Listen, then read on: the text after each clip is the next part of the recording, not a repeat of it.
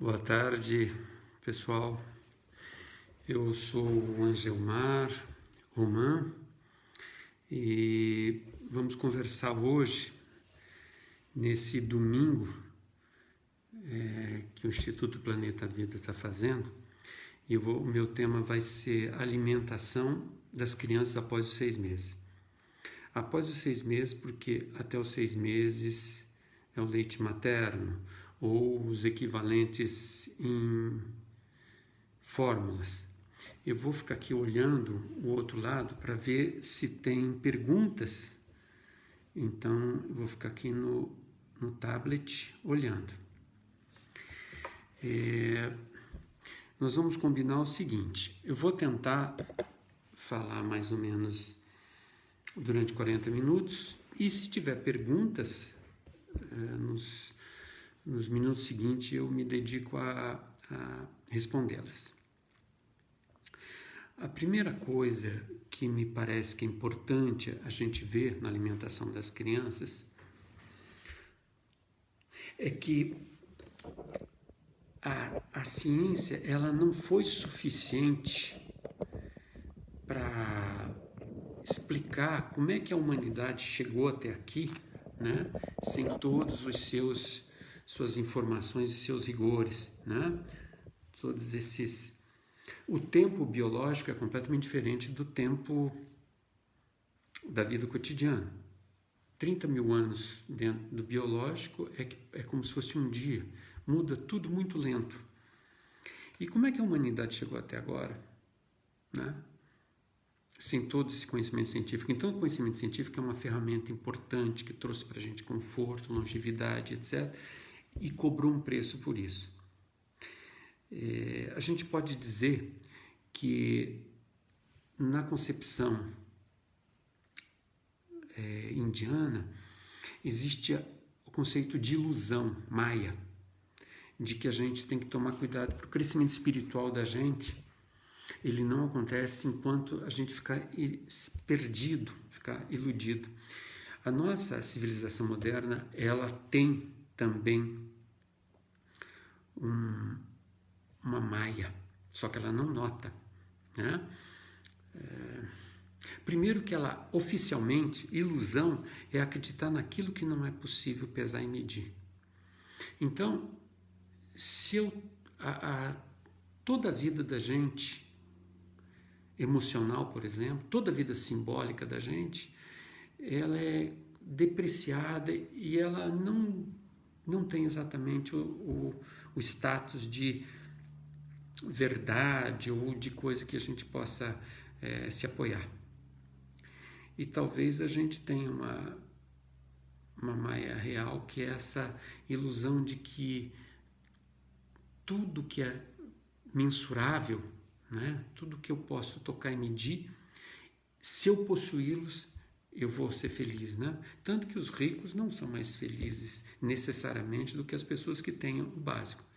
O que não dá para ficar é sem o básico, né? Sem um teto, sem uma comida e sem uma vida de relações para as pessoas, para a gente amar. Então, cada época, cada cultura tem suas ilusões, tem sua maia.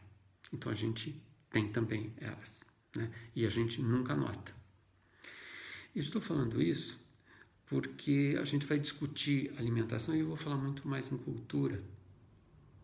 Por baixo tem um suporte científico, mas a gente tem que tomar cuidado porque a alimentação, às vezes a gente só vê o ser humano como se fosse uma prateleira onde eu vou depositar micronutrientes e macronutrientes, etc. E aí eu vou reagir como se fosse uma máquina, né? Se a gente observar, durante os primeiros 6 meses, a criança ela está conectada com a mãe de uma forma que ela ainda pertence a esse ser mãe. E isso aos poucos, vai se distanciando até ela ganhar autonomia. Para essa autonomia, que é uma coisa que vai durar o resto da vida, até os 80 anos a gente está um pouquinho mais autônomo dentro do espírito humano. A gente está mais humano. Mas essa caminhada é aos poucos. E a gente pode ir fazendo um esquema como a gente gosta das coisas de uma régua, né? Mais ou menos assim. Aos primeiros 28 dias a gente tem primeira autonomia. Aos primeiros 28 dias da criança, ela ainda não exatamente nasceu. Se tiver uma febre, raramente vai ser um resfriado. Febre nos primeiros 28 dias é uma situação grave. Diferente de depois. Depois a criança faz febre e a gente vai lidando com isso. Então, os primeiros 28 dias, ela vai mamar no peito, mas de uma forma especial. E como é que é? Eu vou dar um leitinho especial? Aí vem a questão dos pais. E eu estou considerando aqui uma maternidade compartilhada, onde quem vai formando a alma dessa criança são as pessoas que estão em volta dela. Em grande parte das etnias ameríndias aqui, quem doa a vitalidade para a criança não é a mãe, como nos ocidentais, é o pai. Então a mãe tece essa criança, ela vai fazendo essa criança fisicamente, mas quem dá a vitalidade metabólica é o pai. Tanto que após o parto, se você for lá e fazer, e já foi feito isso, medir a pressão arterial, a frequência cardíaca desse pai, ele está quase chocado. A pressão arterial dele está baixíssima e ele precisa se recostar numa rede. E a mãe, curiosamente, ela tira o bebê, né? Quebra o cordão umbilical, vai no rio se banhar, porque o rio tem uma função muito importante. A água, para nós, né, é muito importante. Porque por mais que a gente seja europeu, a gente tem, ocultamente, a gente pega as forças da terra quando a gente nasce aqui. E a gente, então, é um pouco ameríndio, né? Então, esse pai, ele doa a vitalidade. No ocidental, é a mãe que faz o físico, é a mãe que faz o etérico, a vitalidade. Mas o anímico, o psicoanímico, quem vai formando são os pais, ou quem estiver em volta, com amor, mostrando os caminhos desse mundo. E nesses primeiros 28 dias, essa mãe, é muito importante que ela se alimente de uma forma que seja bem convidativa para essa criatura permanecer, para ficar aqui. Mas a criança, até os 3 meses, ela ainda é muito cósmica. Ela será cósmica até os 7 anos, mas os primeiros 28 é muito. E até os 3 primeiros meses, quando mais ou menos coincide com o ano da concepção, é muito importante que a mãe consiga fazer a alimentação muito parecida com aquela que eu vou falar depois dos 6 meses. Por quê? Porque a criança, ela está conectada com o cosmos e cada vez que ela vai sugar o seio, é como se colocasse novamente ela em contato. Depois ela vem para o mundo e a gente convidando ela, venha para cá, o mundo é bom. Até os 7 anos é muito importante, isso é um clássico da antroposofia, a gente oferecer, a gente é o anfitrião para essas crianças e a gente dizer, o mundo é bom. O mundo não é racional. O mundo não precisa ser explicado segundo o modelo lógico, científico, porque existe a lógica, mas existe outros conhecimentos, existe a analogia também de outras culturas. A lógica está em todas as culturas, mas não com essa ênfase, como se fosse uma liturgia religiosa, né? Onde tudo é lógico, né? E o que não é lógico? O amor, por exemplo, o gosto, o prazer, né? Como é que é? A gente tenta achar que isso é bastante lógico, mas não é assim, né?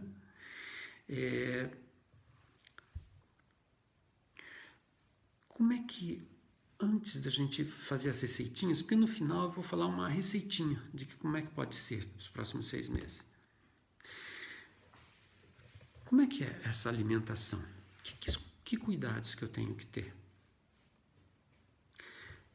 É muito importante a gente lembrar que o alimento da terra nem sempre ele está pronto.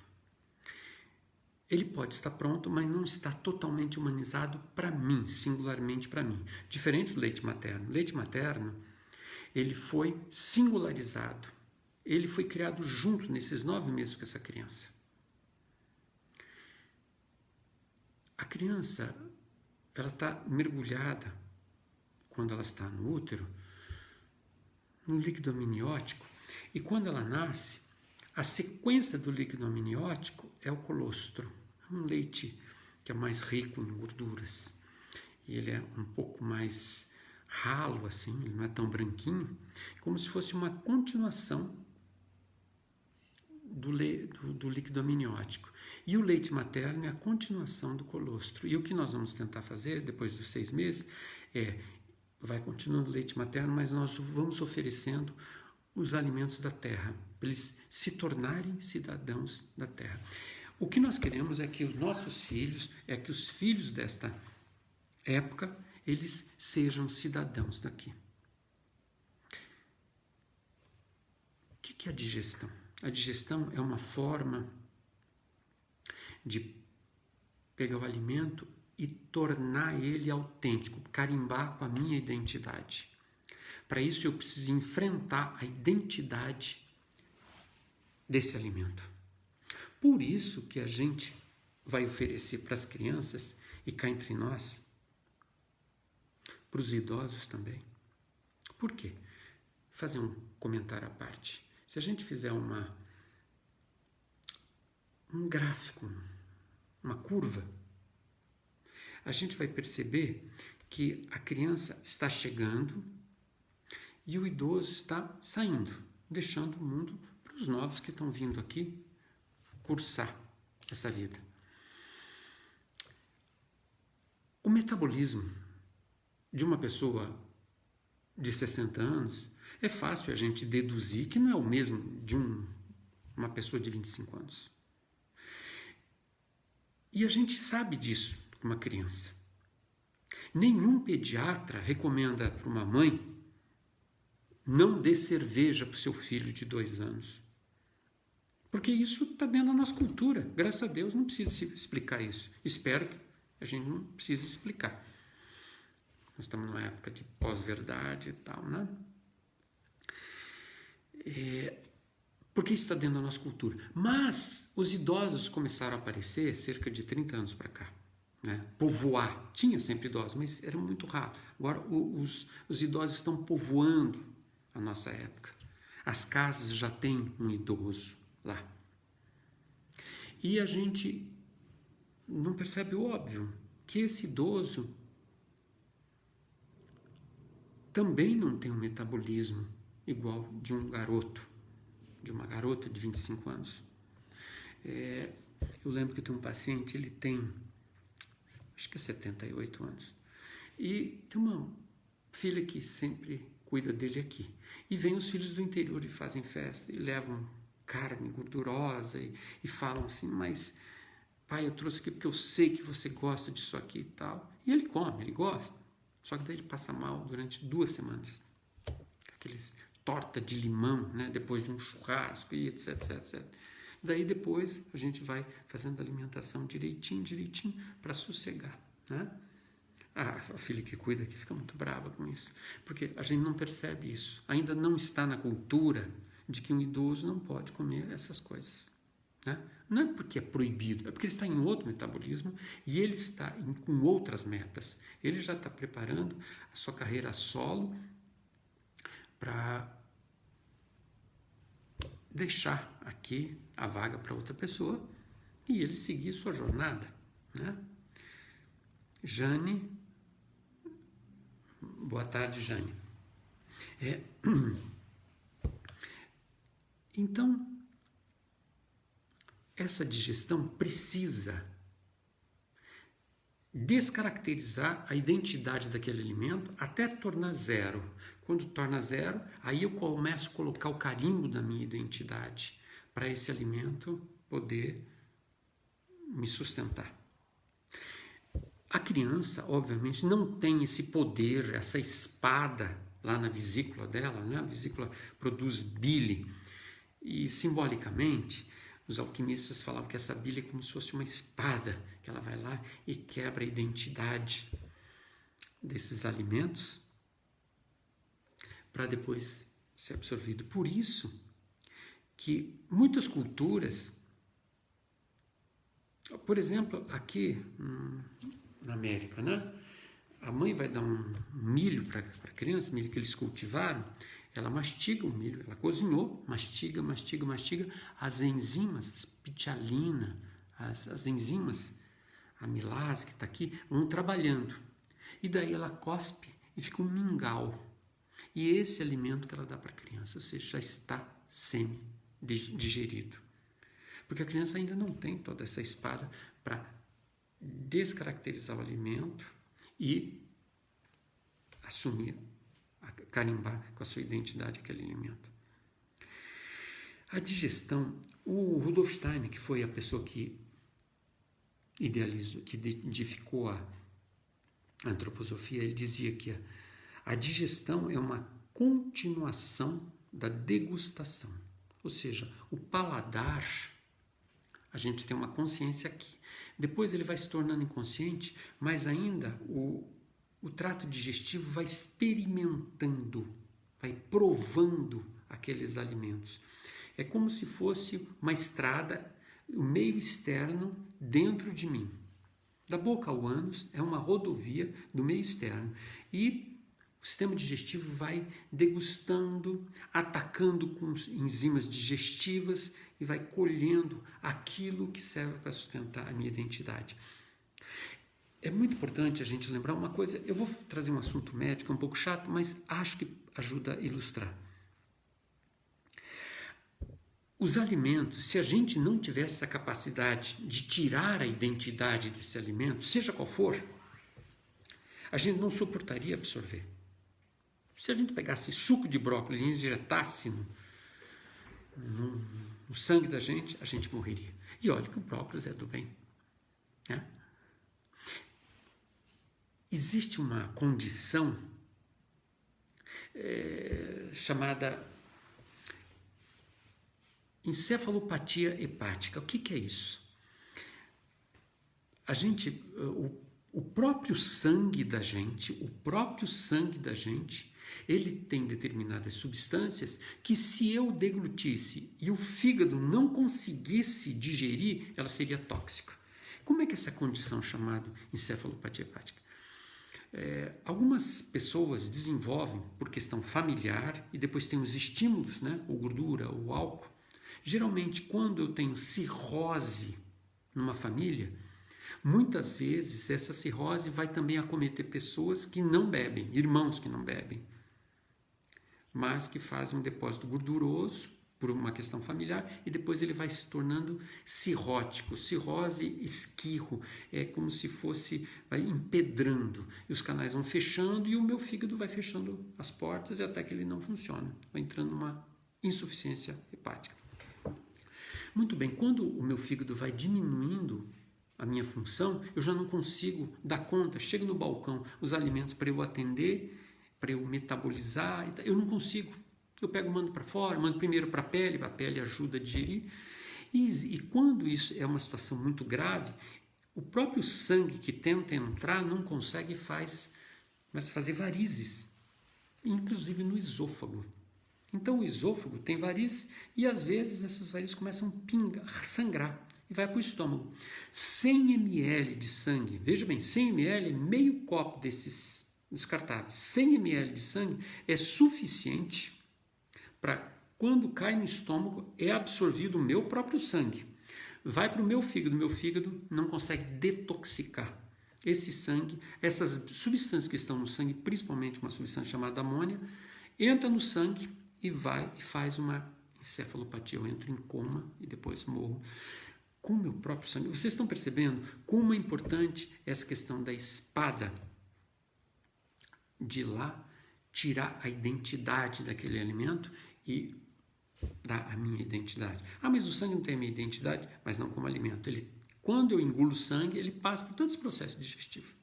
Que dirá os alimentos externos, que dirá uma carne quando a gente come, né? E também isso faz a gente lembrar que cada um de nós tem um tipo de fígado e uma capacidade. Nós temos um perfil de digerir uma coisa e não digerir outra. Essas substâncias pequenas não são tóxicas, mas elas vão para o sistema nervoso central e modelam o nosso comportamento, o nosso temperamento. Por isso que quando alguém come carne, é diferente do que outro que come carne, porque o meu fígado é diferente daquele, cada um vai absorvendo e essas substâncias vão dando o nosso temperamento. Os chineses diziam que o cérebro é como se fosse um espelho dos órgãos, é mais ou menos isso. A digestão, portanto, tem uma função de neutralizar os alimentos que eu como para poder chegar ao estado zero e eu construir segundo a minha identidade.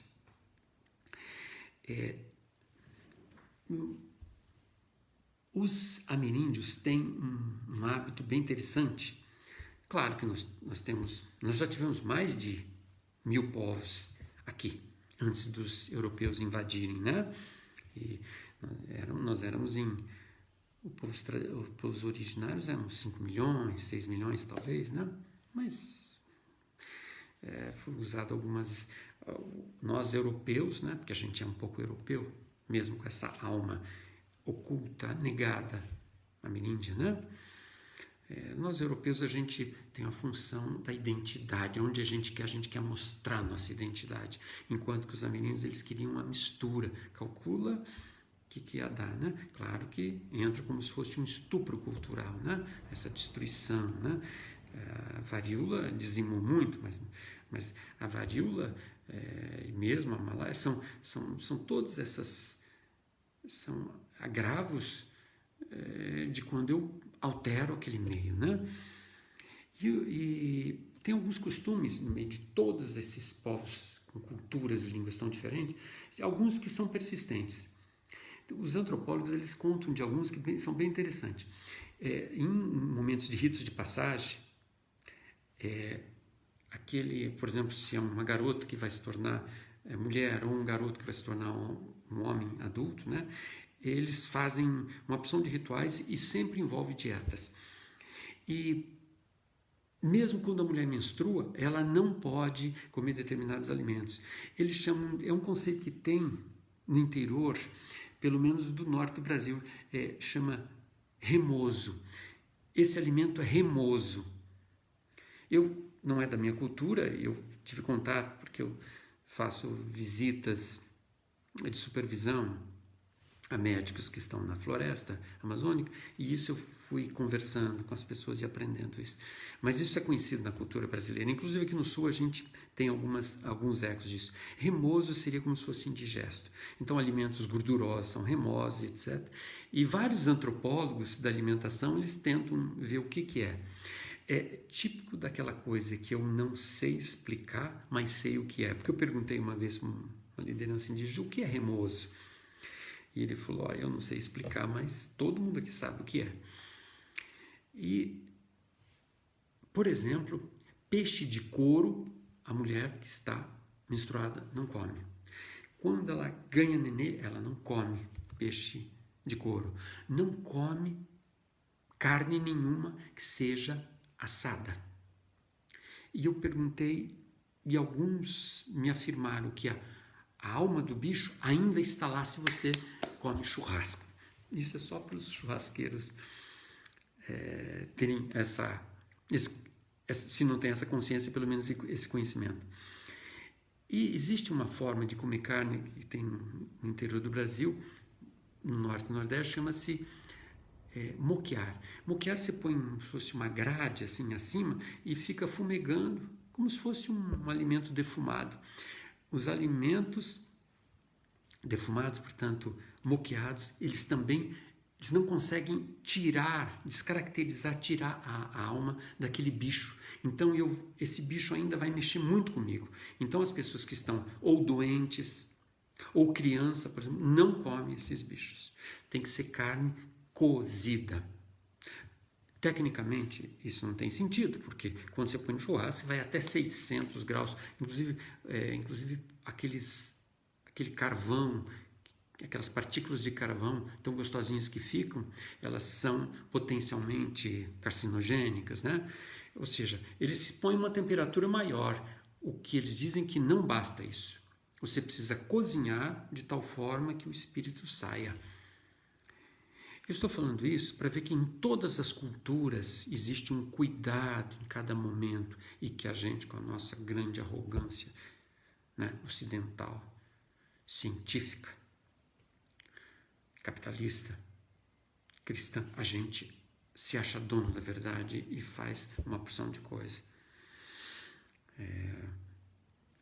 Então, se eu preciso descaracterizar nessa digestão que é a continuação da degustação, lembra? Eu estou degustando. Então,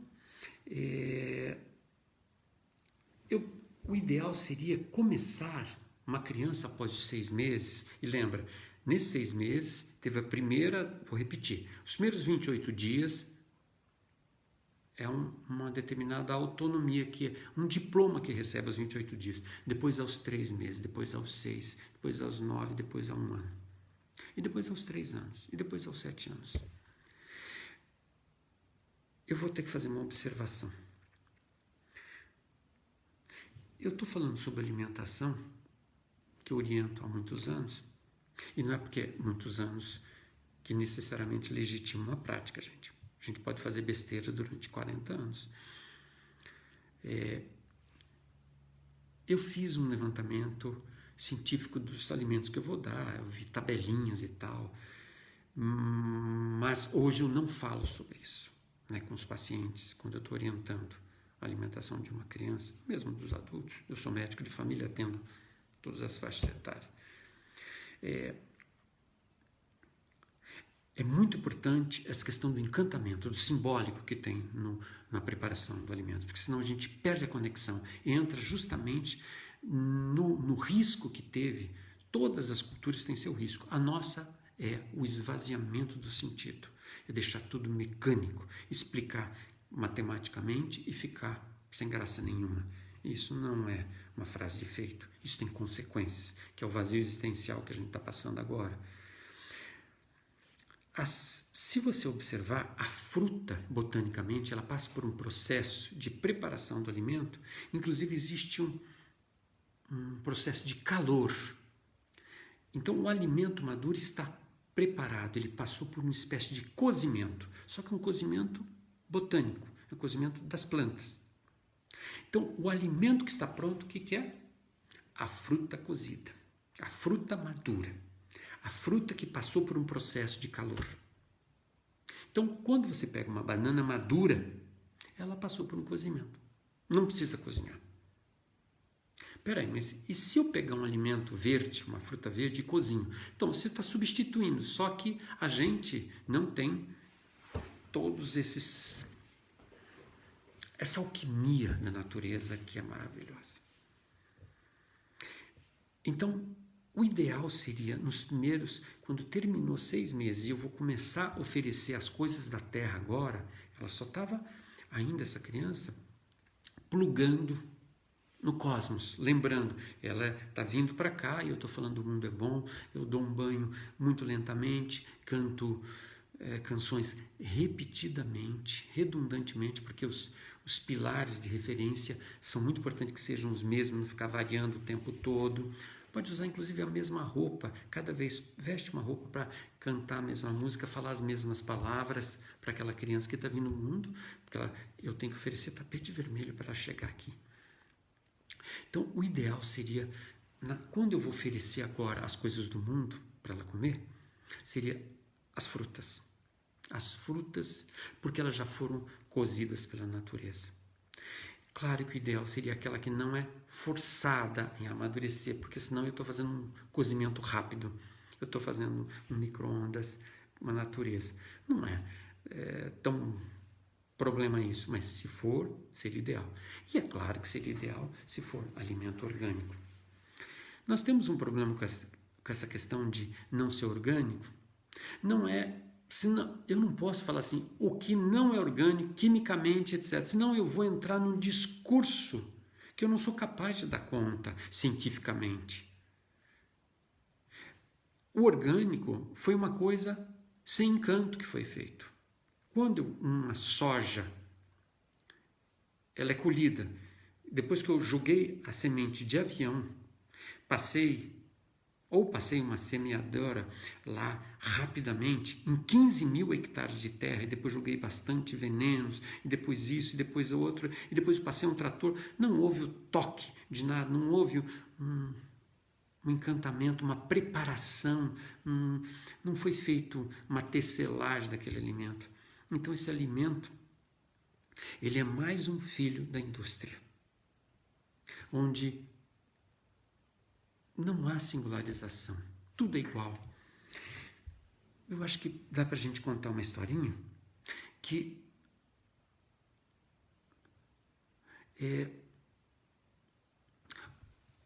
os gregos tinham algumas histórias bem interessantes lá na antiguidade. Eles têm uma deusa que é a deusa da guerra.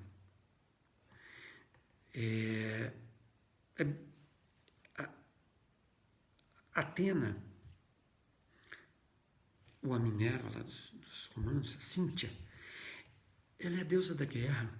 E é bem curioso, porque o deus da guerra lá dos romanos é um homem, Marte, né? Dos gregos já é uma caçadora, ela tem a finesse, né? Mas essa deusa, quando a gente olha em alguns tratados de mitologia, eles falam que é a deusa da guerra e deusa da indústria. Aí a primeira reação da gente fala assim, não tinha indústria na Grécia. A palavra lá do Hesíodo para isso, Hesíodo que escreveu bastante sobre a mitologia, a gente traduz por indústria, é a produção sistemática, ou seja, a produção não singularizada. E o que é isso? Nas guerras, tudo é produzido em grande quantidade sem nenhuma singularização. Os alimentos são produzidos em grande quantidade. Lá na antiguidade eu estou falando. Que dirá agora? A margarina, foi na época, o Napoleão falou, como é que nós vamos dar esses alimentos? Aí pega, ela mistura manteiga, era um pouquinho de sebo, e ela resistia nas mochilas para os caras comerem lá algum tipo de calorias. A margarina é filha da Minerva, é filha da indústria. Então, quando se fala indústria, pensa num sentimento, é o sentimento da sistematização, da não singularização, aquele que não é pessoal, entende? No Norte do Paraná existe um termo que fala assim, essa roupa aí é de carregação que significa feita em linha de montagem. E isso foi um dos problemas que nós criamos. Nós criamos um vazio porque hoje nada é muito pessoal. E mesmo quando se cria algum tipo de singularização, a indústria vai lá e janta. Vocês lembram quando surgiu agora a cerveja artesanal? E o que é a cerveja artesanal? É uma indústria que vende ilusão de que é artesanal, né? Não pode ser artesanal. Se fosse artesanal, seria aquele lugar que produz de uma forma manufaturada, né? Que é muito especial, etc. Então, eu faço e, inclusive, cobro o preço como se fosse... Porque a singularização, ela tem a minha, como artesão, tem o meu carimbo, minha assinatura. Nem carimbo, não é assinatura.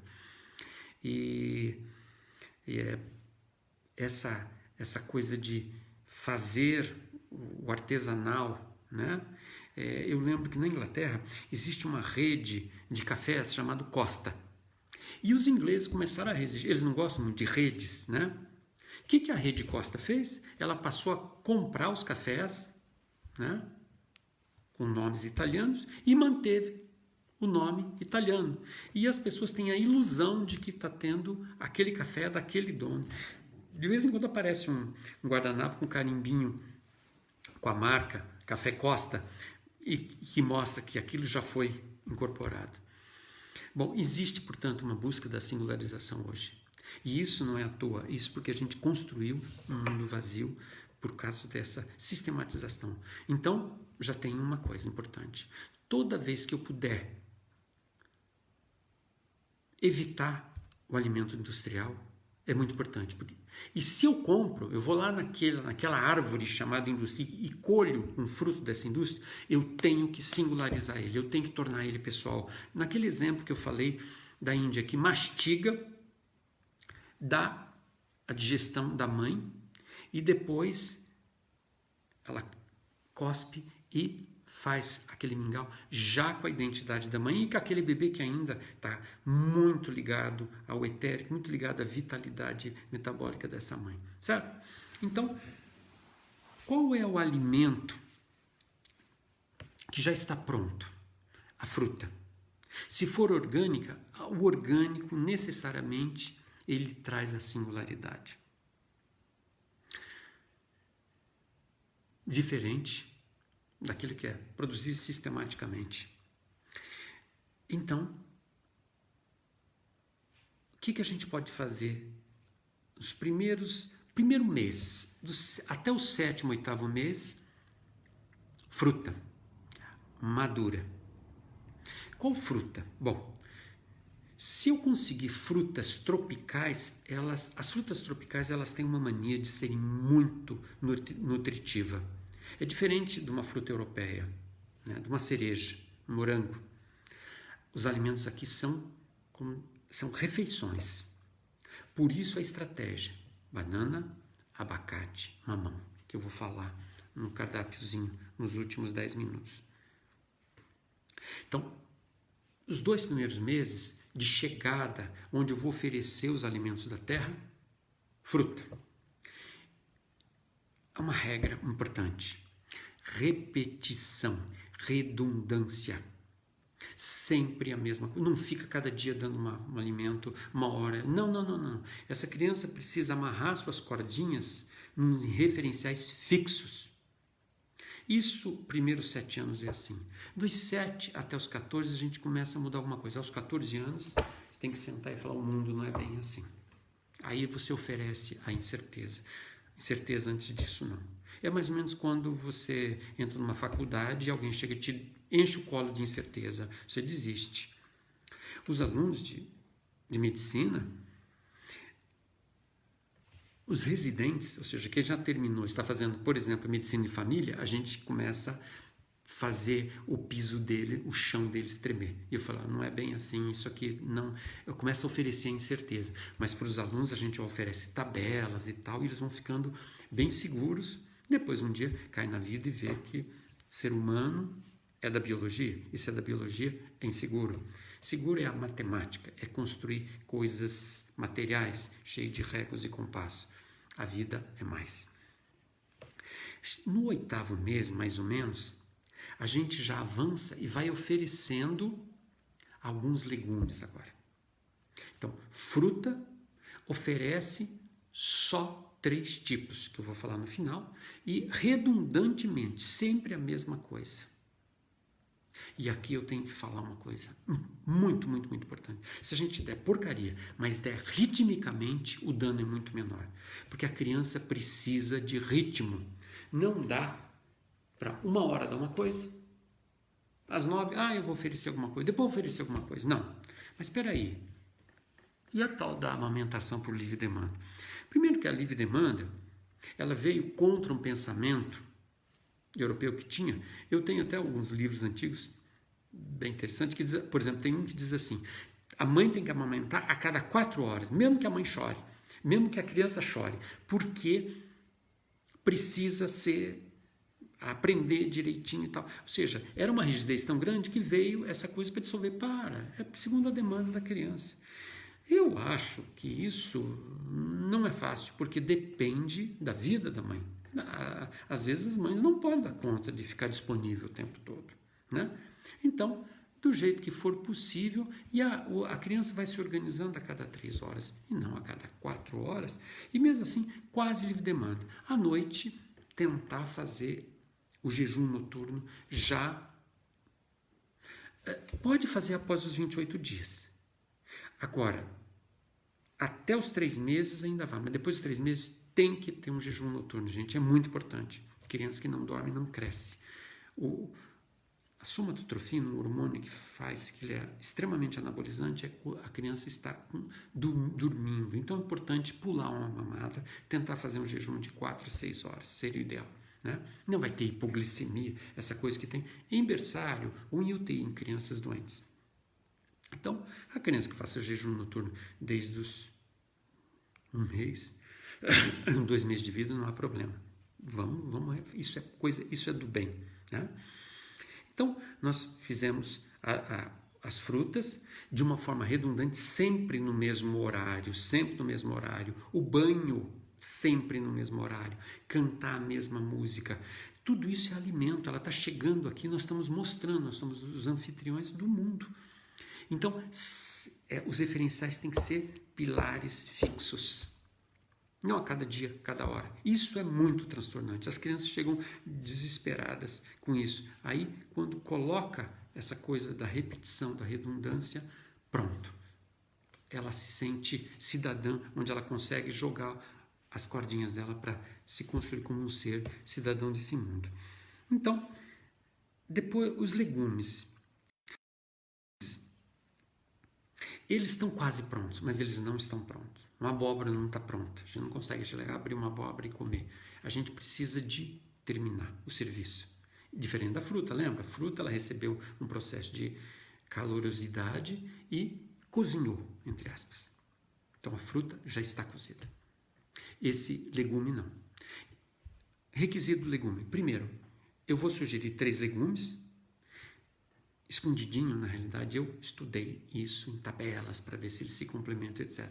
Mas a gente vai pegar pelo simbólico. O mais importante é cozinha esse legume ou no vapor ou na água e não refoga.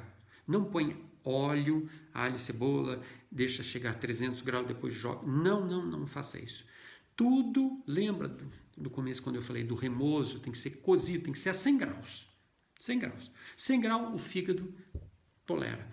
Quando você põe óleo, o óleo pode chegar numa fritura, por exemplo, o óleo está a 300 graus, por isso ele queima tanto e fica tão gostosinho e tão indigesto. Então, cozinha sem tempero nenhum os 3 legumes e pode até guardar na geladeira uns 2, 3 dias e depois pega esses legumes e prepara para agora. Temperos. Pode colocar tempero, sim, mas é tempero cru, ali, naquele momento. E no prato, azeite de oliva. Não foi cozido com tempero. Coloca sal ou não coloca sal? Mais raiz ou mais fruto? Isso depende da criança. Isso, Rudolf Steiner, na antroposofia, orientou mais ou menos assim. Lá em 1920, existiam as crianças que eram bonachonas. Eu, que sou coroa, eu lembro que tinha essas crianças, atendi essas crianças, mas isso, foi de 15 anos para cá, 10 anos para cá, essas crianças não tem mais. Eram crianças redondonas, assim, sonhadoras, demorava muito para fixar o pescoço. E, bom, deixa eu dar boa tarde para Rezinha e para Joseli, para Márcia. E essas crianças bonachonas, ele chamou de crianças cósmicas, ou criança cabeça grande. Não é o perímetro, tá? Cefálico, não é o tamanho.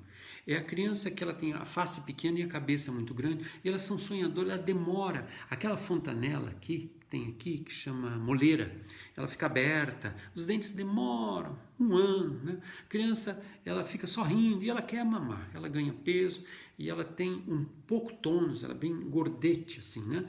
Diferente, eu estou fazendo uma caricatura, do outro, que ele é difícil ganhar peso, sabe? ele mama e tem cólicas. Quando nasce, olha os olhos, abre os olhão, olha para a gente, parece que ele já está aqui.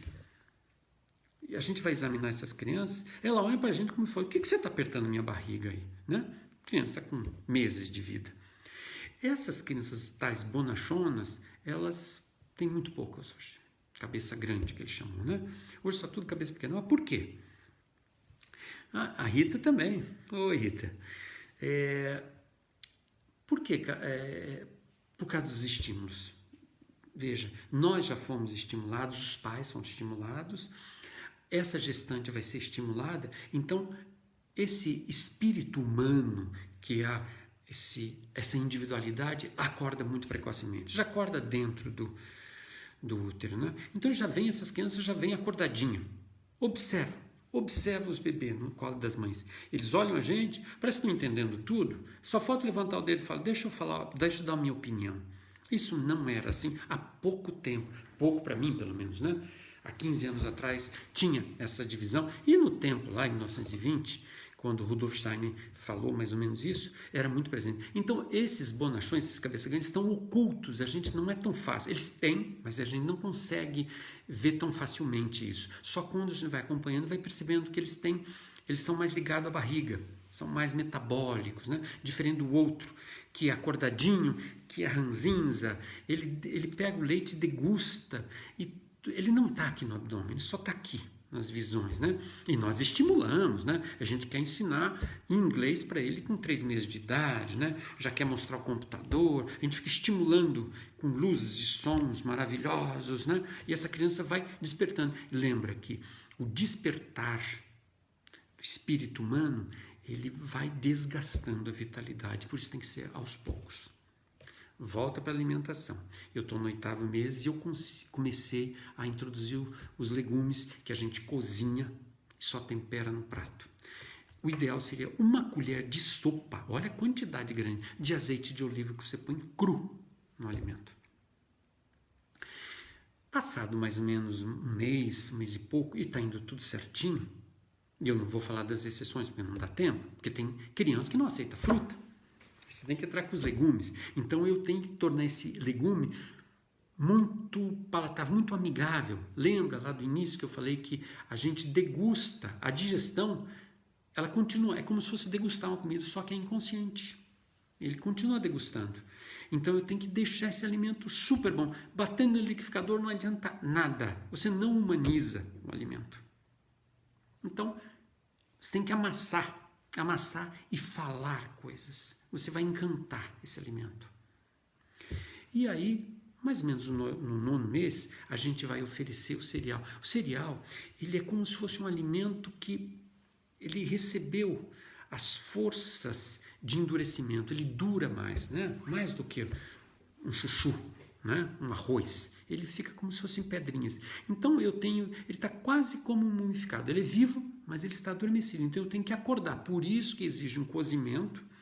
E aí, para cozinhar o cereal, pode ser 3 também, eu estou organizando em 3 para ficar mais fácil. Lá nos últimos 10 minutos eu fazer o resumo do cardápio. Eu tenho que cozinhar na água sem tempero, igual os legumes. Não coloca sal. Quem coloca sal no arroz integral fica duro. Igual esses restaurantes que a gente vai, esses vegetarianos parecem dando uma campanha contra o arroz integral. Horroroso. Fica brilhando, cheio de óleo e duro. Arroz se cozinha, que nem os macrobióticos, que nem japonês. Cozinha só na água. Depois, quando você desliga o fogo, aí você pode jogar uma salmoura, você põe o sal, você joga o sal em cima e no seu prato você põe ou gergelim torrado e moído, ou azeite de oliva. Pode botar o alho poró ali na panela, depois de cozido, fica bem gostoso.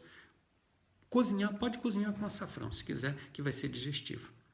Então, no 9º mês, mais ou menos, até o 10º, aí ele vem com o cereal. O cereal tem uma história muito grande na cultura humana. Cada continente tem seu cereal. Daria para a gente conversar muito sobre cereal. Por exemplo, nós que temos a alma brasileira, mas viemos fisicamente, sanguineamente, dos europeus que vieram aqui.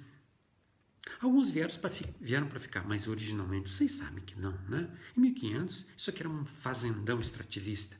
E essa vocação para ser uma fazenda extrativista, ela ainda está na cabeça de muitas elites aí. Por isso que eles pegam, quando nós estamos construindo uma autonomia de país, eles vão lá e derrubam os governos e põem outra vez, pluga em algum lugar para eles fornecerem mão de obra. Angola é assim, né? Tem 4, 5 famílias que dominam e vão fornecendo petróleo, diamante, ouro para o mundo. E nós aqui estamos fornecendo proteína, por exemplo, né? Os minérios também, né? A gente está liquidando. Então, o trigo, quando os europeus invadiram aqui, eles trouxeram, além daqueles cheiro horroroso, eles chegaram fedendo aqui, aquelas barbas, aquelas roupas num país tropical, e olharam aqueles índios nus e acharam super engraçado, e Pero Vaz de Caminha já na sua carta decreta que aqueles ameríndios eram como crianças, e aí até hoje a gente fala, sabe, os indígenas, eles são meio crianças, como se eles fossem hoje o que nós fomos ontem. Não, eles são uma cultura diferente da gente. Diferente não quer dizer que um dia eles serão tão bons quanto a gente, ou um dia eu fui tão ingênuo quanto... É outra cultura, tem outra sabedoria. Há mais de 30 mil anos, tem uma sabedoria muito mais antiga, muito mais tecida, com sofisticação, só que a gente não consegue enxergar. Porque a gente enxerga é a tecnologia. Eles não têm, eles não fabricaram o celular. Tem celular hoje porque compra o celular, né? Então, os europeus, além desse ímpeto extrativista de pegar as coisas e levar embora, eles trouxeram o trigo. E a gente é apaixonado por pão, gente. Vocês também são apaixonados por pão. Eu sou apaixonado por pão. Só que o pão é o trigo. E o trigo não dá aqui. A Embrapa fez pesquisa e desenvolveu um trigo pequenininho assim, há cerca de 35 anos, para dar naquilo que no sul a gente chama de safrinha. Enquanto muda as lavouras, fica um pedaço, você joga trigo lá. Mas, gente, o trigo é uma coisa europeia. Quando você colhe, ele já começa a estragar. Diferente do milho, que aqui não é uma pedra. Quando você colhe o milho, lembra que o milho o dente de milho é duro, a não ser que seja milho verde. O milho mesmo, maduro, ele é duro como uma pedra, ele dura num país tropical. Os trigos ele já começa a estragar. Então, quando fala assim, você come milho, mas milho é tudo modificado geneticamente. E o trigo? O trigo é modificado de tudo quanto é forma. De tudo quanto é forma. Então, o trigo não é um alimento. A gente come como se toma um vinho. Esta digamos. É a lista de tribunal, raio de 3 quilômetros. O meu tablet falou alguma coisa aqui para mim, alguma informação. O trigo seria ideal que a gente comesse como um luxo. Eu gosto muito. Mas não é alimento daqui das Américas. Nós temos coisas preciosas, né?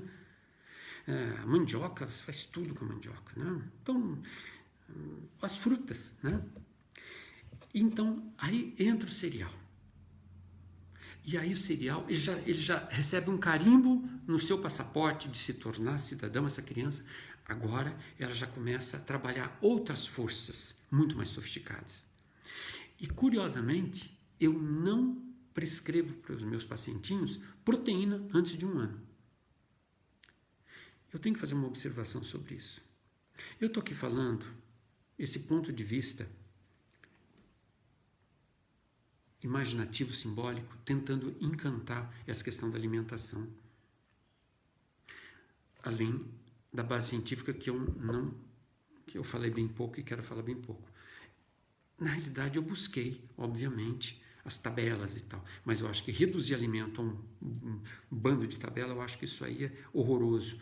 Não tem coisa mais horrorosa que comer. Come essa comida que é saudável. Come essa comida porque é saborosa, porque eu preparei com muito amor. Isso sim. Ou porque tem história. A gente conta uma história. Meu avô comia esse feijão de uma forma. Entende? Isso sim. A proteína, ela exige uma descaracterização. Lembra que eu falei que um alimento tem que ser descaracterizado a sua identidade, né? Para ficar zero e eu colocar a minha individualidade. E eu lembro também que eu falei que alguns alimentos, da forma como se prepara, ele ainda não perde totalmente a identidade, por exemplo, de um animal. Isso é sabedoria ameríndia. Se você assar um alimento, ainda fica lá muita característica. Eles chamam de o bicho fica lá, né? E quando você cozinha, não. Você cozinha o espírito do animal sai. Mas a proteína, ela traz a gente se torna cidadão deste mundo. Só que exige aquela espadinha mais vigorosa, por isso que eu uso após 1 ano a proteína. O comentário que eu ia fazer é que eu estou orientando aqui dessa forma, baseado na ciência antroposófica, mas isso não quer dizer que essa é a melhor forma ou essa é a única forma, e se não fizer desse jeito aconteceu. Não, isso aqui é um jeito de encarar. Quem quiser fazer desse jeito, é um jeito que eu tenho praticado nos últimos 35 anos no meu consultório, e meus filhos foram assim que eles comeram, e os meus pacientes comem assim. E eu, como já sou velhinho, eu atendo crianças que eu examinei pequenininha e que hoje traz seus filhos. Eu sou médico de família e vai vendo, e parece que sobreviveram a toda essa barbaridade que eu estou falando. Então, depois de 1 ano, a proteína. Qual proteína? Ou leguminosa, ou um tipo de carne. Porque tem pais que não oferecem carne para as crianças. Aí, então, ofereça a leguminosa. Leguminosa, ela tem uma identidade que não é fácil de tirar. O espírito dela lá, vamos falar, não sei como falar. As características da identidade das leguminosas. Leguminosas são feijão, grão de bico, lentilha e ervilha. Tá? O amendoim, por exemplo, ele tem uma identidade muito forte e não devia ser dado para as crianças até os 3 anos. É muito difícil você conseguir singularizar ele. Eu acho que... sim, tem que falar dos... Eu vou tentar falar só rapidamente. Gente, leite. Leite não é mais leite, tá, gente? É só isso. O leite não é mais leite. Nós temos, todos nós aqui ocidentais, com vocês que eu estou falando, nós temos a mania de querer transformar em máquina aquilo que é vivo. E eles conseguiram fazer isso com as vaquinhas. Uma vaca, há 40 anos atrás, ela produzia, assim, tinha algumas raças que produziam 15 litros de leite por dia e elas iam para exposição, eram vendidas e etc. Hoje, uma vaca é capaz de produzir 40, 60 litros. Como é que alguém produz 60 litros? É uma máquina. Eu peguei esse ser vivo e transformei ela numa produção. Ela é uma máquina especializada. Quer dizer, não basta a gente querer as máquinas, a gente ainda maquinifica as coisas vivas. A gente pega um pé de soja e transforma ele num produtor de soja, descaracteriza, vira uma coisa morta. Isso que é a tentação de Minerva, é transformar tudo como se a gente estivesse num tempo de guerra. E eu estou falando para vocês num tempo de paz. Num tempo de guerra, o que se fazer? Agora, por exemplo, nós estamos passando pela Covid, nós estamos num tempo de guerra em relação a sair de casa. Fica em casa, Cacilda. Por quê? Porque nós estamos num tempo de guerra. Você vai levar um tiro. Então, fica em casa. Isso é um tempo de ponderação, né? Se é em tempo de paz, então a gente pode fazer as proteínas depois de 1 ano. E o feijão, o que a gente faz? A gente conversa com ele. Minha sugestão é começar com lentilha e feijão azul, que são mais digestivos. Eles têm uma alma menos grudenta, né? E eles largam a identidade com um pouquinho mais facilidade. E aí cozinha essas sempre com louro, que o louro torna ele mais humano. E também deixa o sal para o final. Não refoga, isso deixa a digestão muito difícil para uma criança. E amassa, e passa inicialmente da peneirinha, porque aquela celulose da capinha pode ser bastante indigesta. Espera um pouquinho, de repente você vai colocando aos poucos. Para finalizar, só fazendo uma retrospectiva, nós temos os alimentos industriais. Não tem como não comer alimento industrial. Então, o que você faz? Você vai lá, apanha dessa indústria, como se fosse uma árvore, e humaniza ele. O leite não é mais leite. Então, você vai ter que humanizar. Como é que faz para humanizar? O queijo é um acúmulo de proteína, é a caseína só. É monocultura. Nós estamos na era da acumulação de capital, de poder, de tudo, e até de proteína. Queijo, se a gente pegasse o queijo que a gente acumulou lá na primavera e no verão, para comer no inverno, um pedacinho misturado com outras coisas, aí tudo bem, não, mas eu vou lá e como 250 gramas de leite. Eu preciso de 10 litros de leite para fazer 1 quilo de queijo. Então, quando eu como 250 gramas de queijo, eu estou comendo 2,5 litros de leite, e isso não tem como digerir. Então, vamos com cuidado. Quando eu pego o leite, se eu colocar os lactobacilos, que a gente chama de kefir, que vem lá da Europa Oriental, eu estou humanizando, eles vão digerindo aquela lactose e o ácido lático deixa aquela caseína, que é uma proteína tão difícil, tão gostosa e tão difícil de digerir, deixa ela mais humana. Então, o kefir é uma ferramenta, gente, para espantar um pouquinho Minerva e trazer a singularização. Ovo. Bom, o ovo não é mais ovo.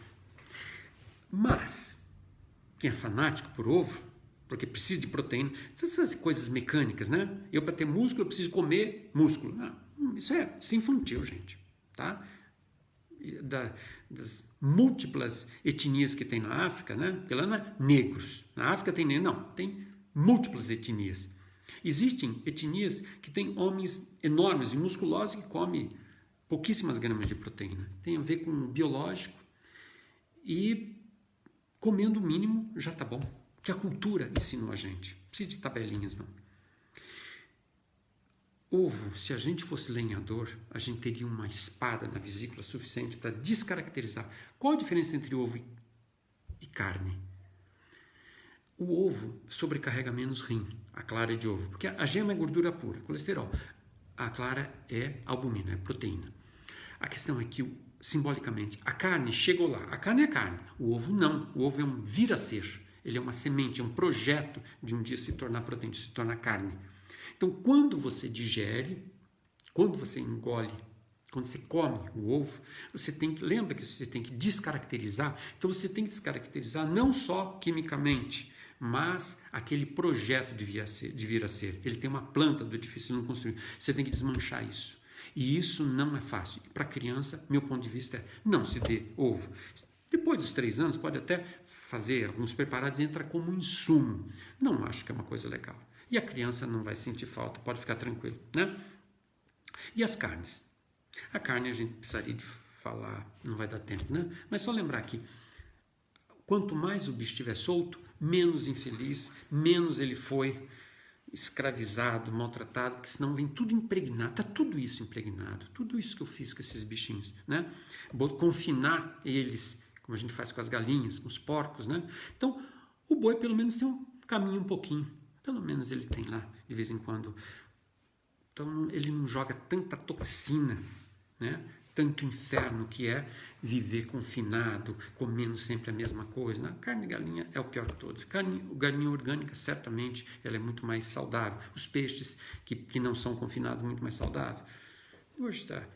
Então, quando a gente não paga um tributo para a indústria, ou você vai lá, pega a coisa da indústria e transforma, e troca a receita. Olha, sabe o que eu fiz? Eu peguei esse macarrão, mas eu preparei assim, eu estou humanizando. Isso você já está fazendo uma grande transformação. Eu acho que eu posso falar agora sobre o cardápio, que é rapidamente, né?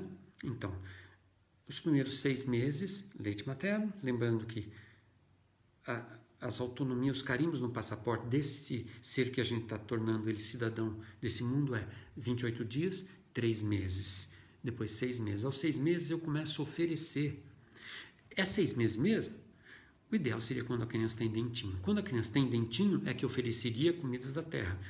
Mas não dá. Hoje as crianças estão demorando um pouquinho mais para ter dentes, em geral, porque elas são muito despertas e as forças que elas teriam que formatar os dentes aqui, elas foram roubadas, porque a gente quer estímulo, quer dar estímulo. Ainda pergunta assim, o que a gente faz para estimular? Não, o que a gente faz para sossegar essas crianças, né? Tem que dar banho de lavanda e não de alecrim, e muito menos de ficar dando tantos estímulos. Dá estímulos do faro, né?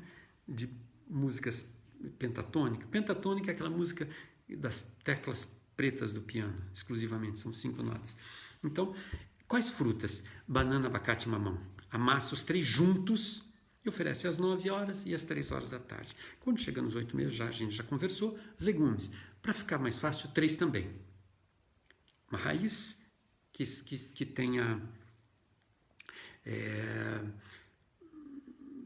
poder mucilagem, que engrossa a sopa, vamos dizer assim, né? Que é inhame, ou mandioca, ou batata salsa, ou batata doce. Lembra que batata salsa tem que ser orgânica, ela leva muito veneno, porque ela fica muito tempo. Ela é irmã da cenoura, só que a cenoura cresce para baixo, ela cresce para os lados.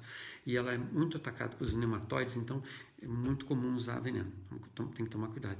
A batata doce dá no mundo inteiro, é uma planta generosa. A mandioca é nossa, é generosa, ela dá em qualquer lugar, terra ruim, só ela quer servir a gente. É uma planta generosa, como uma banana. Então, raiz. Na segunda gaveta é o colorido, então abóbora. Qualquer tipo de abóbora.